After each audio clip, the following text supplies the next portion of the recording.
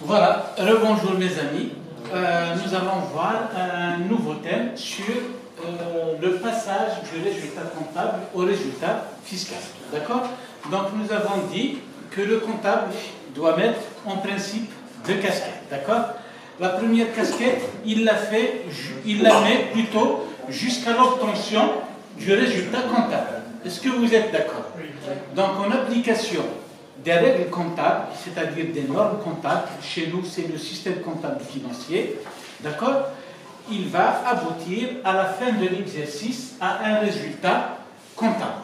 Mais ce n'est pas forcément ce résultat comptable-là qui sera soumis à l'impôt sur le résultat. D'accord?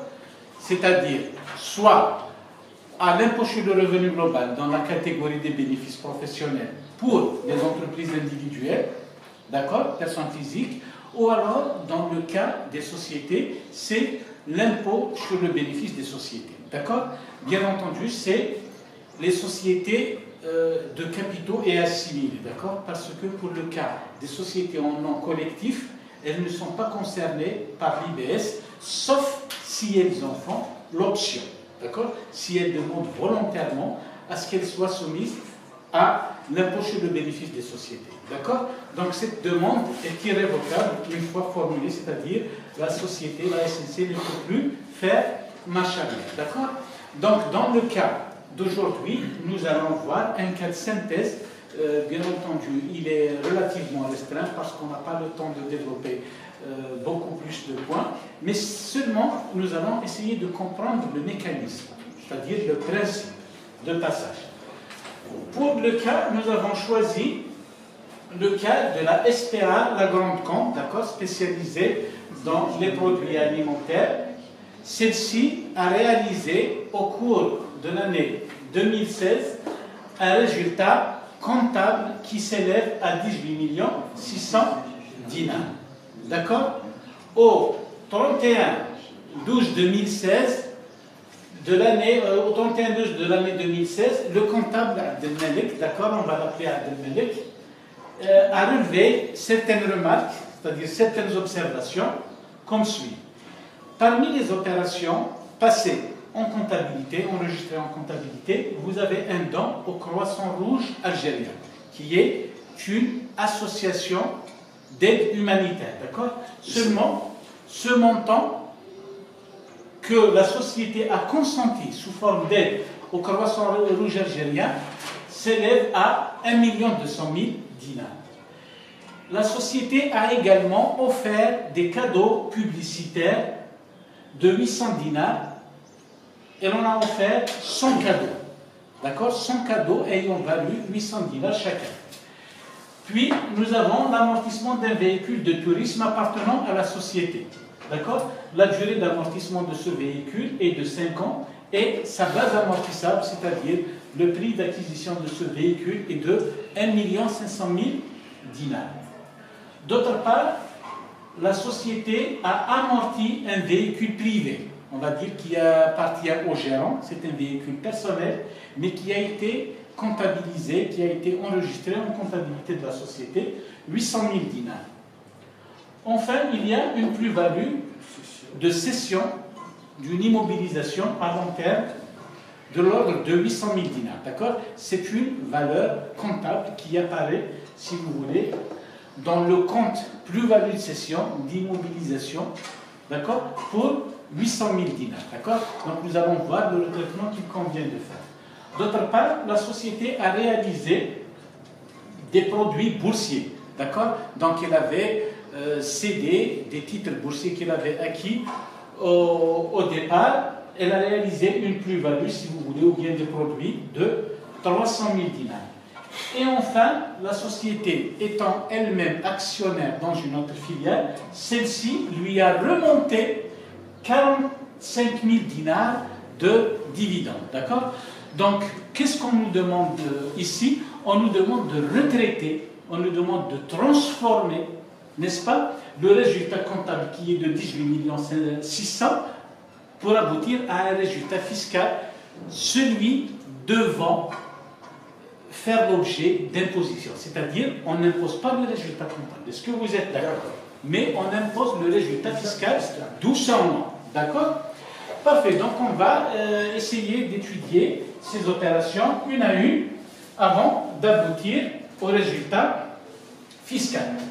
Donc, au croissant rouge algérien, d'accord? Nous avons dit il est d'un montant de 1,2 million. Qu'est-ce que prévoit le règlement fiscal? C'est-à-dire la loi fiscale en Algérie prévoit d'admettre en déduction les dons aux associations humanitaires dont le Croissant Rouge fait partie, mais seulement dans la limite suivant un plafond de 1 million de dinars. Donc qu'est-ce qu'il y a ici? Il y a un montant excédentaire supérieur de 200 000, c'est-à-dire 1 million 200 moins 1 million. Donc on va réintégrer l'excédent non déductible et qui s'élève à 200 000. À réintégrer, c'est-à-dire à réinjecter. C'est-à-dire on va le remettre dans la base imposable alors qu'il avait déjà été déduit à tort. Ce qui a été déduit à tort, on va le réinjecter. Est-ce que vous êtes d'accord? Parfait. Donc, limite déductible, si vous voulez, c'est 1 million. D'accord? C'est le code des impôts directs qui prévoit cela. Les cadeaux publicitaires, d'accord? Les cadeaux publicitaires sont en principe déductibles, mais seulement dans la limite d'un plafond de 500 dinars par unité. Est-ce que vous êtes d'accord avec moi? On ne peut déduire les cadeaux publicitaires que dans la limite de 500 dinars. Là aussi, c'est le code des impôts directs qui le stipule. Or, quelle est la valeur unitaire du cadeau publicitaire tel qu'il a été enregistré en comptabilité? Il est de 800 dinars. Donc, qu'est-ce qu'on va faire? 300 fois 100, nous avons 30 000 dinars que l'on doit réintégrer, n'est-ce pas?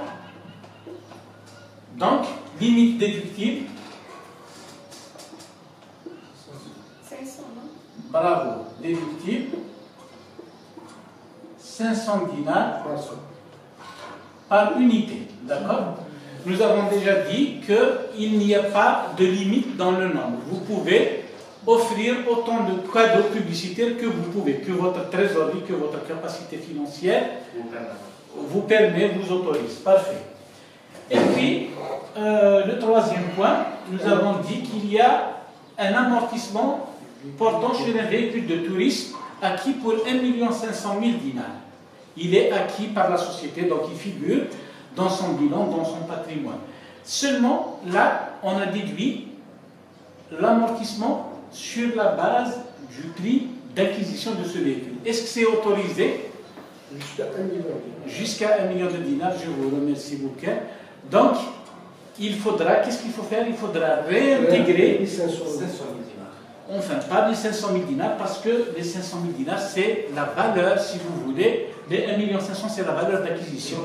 Donc, combien la société a-t-elle pratiqué comme amortissement? C'est 1 500 000 multiplié par 20%, étant donné que la durée de vie utile du véhicule est de 5 ans, donc c'est 20% de 1 500 000. Donc ça nous donne 300 000.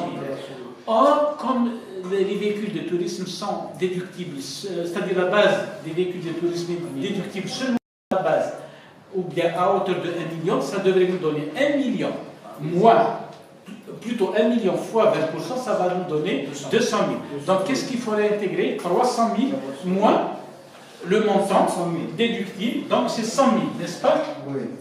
Il faut le réintégrer ici, plus 100 000. Là, là, il y a aussi un autre véhicule privé. On va dire qu'un véhicule privé qui appartient au gérant, d'accord, ou à l'un des associés, sur lequel nous avons pratiqué l'amortissement pour 800 000 dinars. Est-ce qu'on peut amortir un bien qui ne figure pas au patrimoine de la société? Non. Non, il n'est pas interdit, d'accord. Il faudrait que ce bien soit acquis par la société, il faudrait qu'il figure dans son patrimoine le plus normalement du monde. Donc les 800 000 dinars constitue une charge non déductible. Or, comme elle avait été déjà déduite, qu'est-ce qu'il faut faire? Il faut réintégrer au sens de réinjecter. D'accord? Pour la totalité, parfait. Ça s'applique, monsieur? Oui? Ça s'applique juste sur les sociétés morales. Non, non, quel que soit, y compris pour les entreprises individuelles. Que vous soyez entreprise individuelle. J'ai une entreprise physique. D'accord? Oui. Est-ce que je peux pas acquérir un véhicule service, un véhicule touristique? Vous pouvez acquérir un véhicule de tourisme, mais vous pouvez l'amortir uniquement sur la base de 1 million qui constitue le plafond. Est-ce que vous êtes d'accord? La loi vous interdit de pratiquer l'amortissement sur un montant qui va au-delà de 1 million de dinars. D'accord? Donc, la société ayant pratiqué un amortissement supérieur par rapport à la base autorisée, donc on réinjecte ce qui est excédentaire, tout simplement. D'accord? Et puis... Est-ce que vous pouvez... Oui? Amortissement véhicule privé. Amortissement du véhicule de tourisme. D'accord? Privé. Amortissement du véhicule privé. Est-ce que vous pouvez admettre une charge qui ne concerne pas l'exploitation? Non. Non, c'est un véhicule privé, personnel, du gérant. Certes, peut-être il l'utilise parfois pour les déplacements, mais il ne figure pas au bilan de la société. Il ne fait pas partie du patrimoine de la société, donc il n'a pas à amortir ce véhicule. Ce véhicule a été amorti en comptabilité. Il a constitué une charge qui a réduit le bénéfice. Qu'est-ce qu'on va faire pour rétablir le bénéfice? On va le réinjecter, on va le réintégrer, ce montant, au bénéfice imposable. Est-ce que vous êtes d'accord? Et puis on va passer au point suivant. PVC, non, PVC à long terme. D'accord? Donc la PVC, nous avons dit, c'est la plus-value de cession. D'accord? À long terme. Nous avons réalisé une plus-value de cession de 800 000. Qu'est-ce que nous avions dit sur le principe des plus-values? Nous avons dit qu'en comptabilité, elles vont apparaître pour le montant intégral. D'accord? 800 000. Plus exactement, en comptabilité, on utilise le compte 752. D'accord? Plus-value, cession d'immobilisation non financière. C'est le cas ici. Donc il est de 800 000. 800 000, il est imposable à 35%. Est-ce que vous êtes d'accord? Oui, s'il s'agit d'une PVC à long terme, donc qu'est-ce qu'on va faire? On ne va pas imposer la totalité, on va déduire... Non, c'est imposable à 35%, donc on va déduire le complément à 35 de 100. Donc on va déduire, si vous voulez, les 65%. Donnez-moi si vous plaît. Combien? 280 000. 65% de 800 000, je ne pense pas. Il faut calculer... 65%. Donc ça va être 560 000 probablement, c'est le double. 520 000 dinars. 520 000 dinars. Donc là, contrairement au montant que nous réintégrons, que nous réinjectons dans la base imposable, s'agissant de produits non imposables, on va le faire avec le signe moins, parce qu'ils ont été, soi-disant, sinon ils vont être imposés à tort. Donc pour qu'ils ne soient pas imposés à tort, on va déduire la quote-part qui n'est pas imposable, donc ça va être moins. Vous êtes sûr, c'est bon?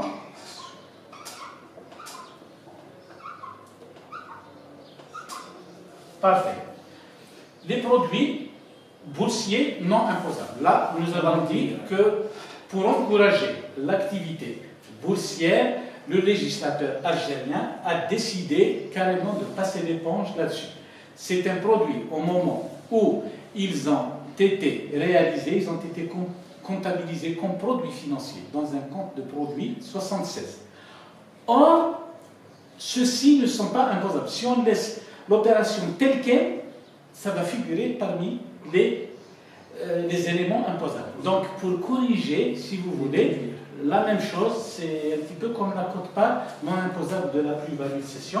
On va les déduire pour un montant de 300 000. Et enfin, nous avons des dividendes reçus d'une filiale. D'accord? Les dividendes reçus d'une filiale également ne sont pas imposables. D'accord? Chez la société mère, ils ont été déjà imposés chez la filiale. Donc au moment de la remontée, on parle de remontée des dividendes, ceux-ci ne seront pas soumis à l'impôt sur le bénéfice chez la société mère. D'accord? Nous avons déjà parlé des dividendes lorsqu'il s'agit de personnes physiques qui les reçoivent. Nous avons dit que c'est 10%, n'est-ce pas? Libératoire de l'impôt, IRG, 15% pour les non-résidents.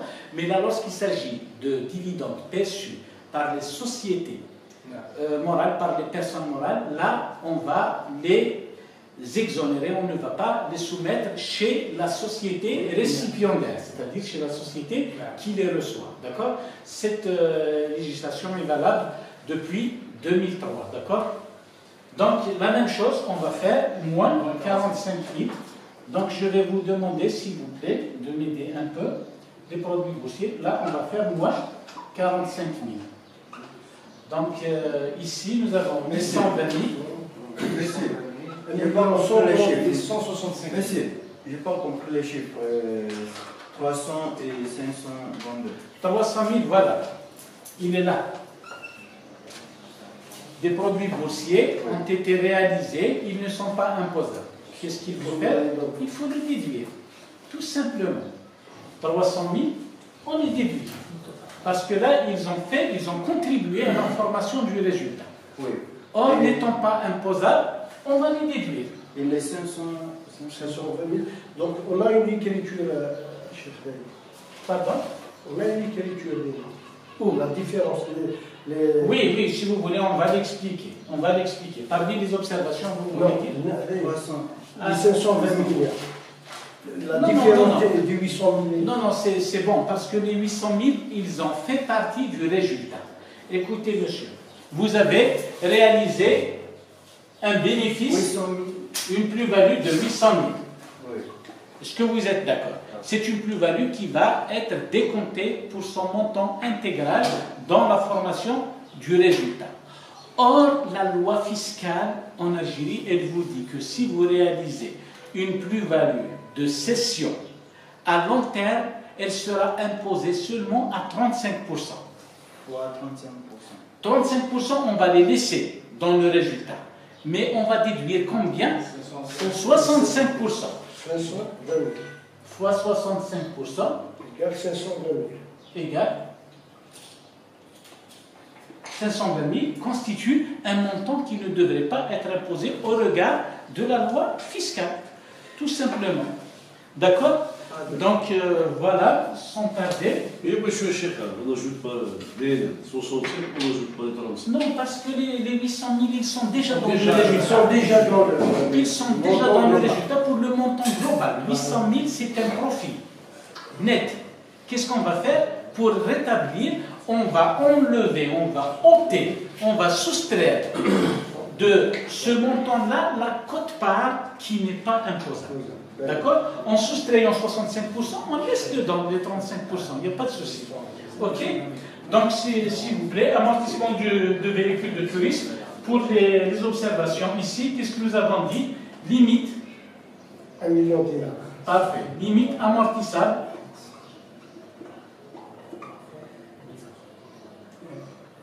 1 million de dinars. Amortissement véhicule de privé. Celui-ci ne concerne pas l'exploitation. Ou bien ne figure pas au bilan. Au patrimoine de la société. Parfait. PVC non imposable. Là, nous avons dit, c'est une plus-value à long terme, PVC. À long terme, donc il faut déduire 65% de 800 000, n'est-ce pas? Si à long terme.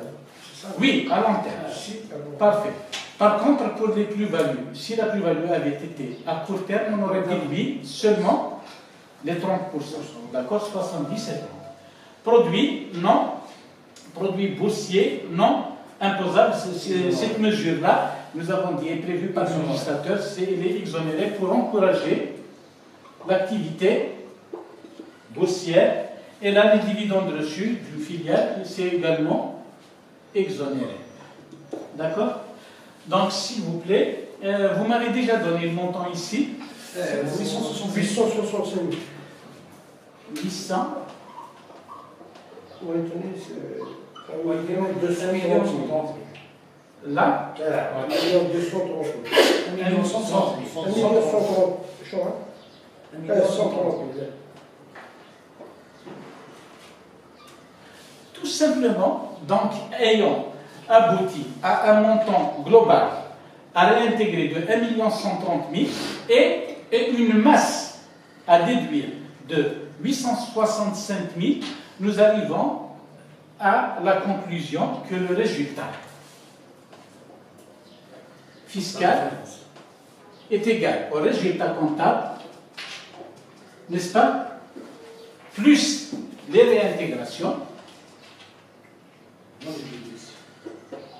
parfait, moins les déductions. Vous voulez bien m'aider à faire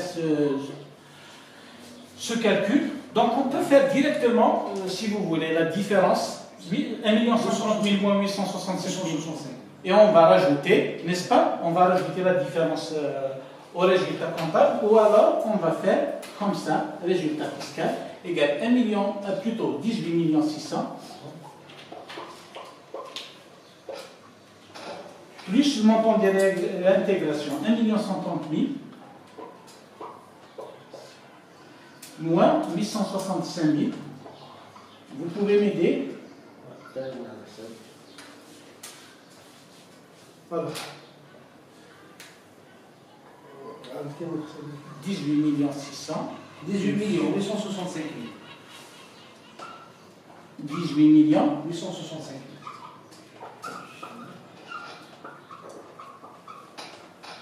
Donc vous voyez bien que le résultat imposable, dans ce cas bien précis, est supérieur, n'est-ce pas, au résultat comptable. Donc en conclusion, nous obtenons un résultat comptable en application des normes comptables, c'est-à-dire le règlement comptable. Chez nous, c'est le SCF. Chez les Français, par exemple, c'est le PCG, d'accord, le plan comptable national, d'accord. Et puis, il y a à côté une législation fiscale qu'il ne faut pas perdre de vue. Est-ce que vous êtes d'accord? Donc, en application des dispositions fiscales, on va retraiter le résultat comptable en vue d'aboutir à un résultat fiscal qui sera soumis à l'impôt, nous avons dit. IRG, s'il s'agit de personnes physiques, dans la catégorie des bénéfices professionnels, ou alors impôt sur le bénéfice des sociétés pour ce qui est des sociétés de capitaux et assimilés.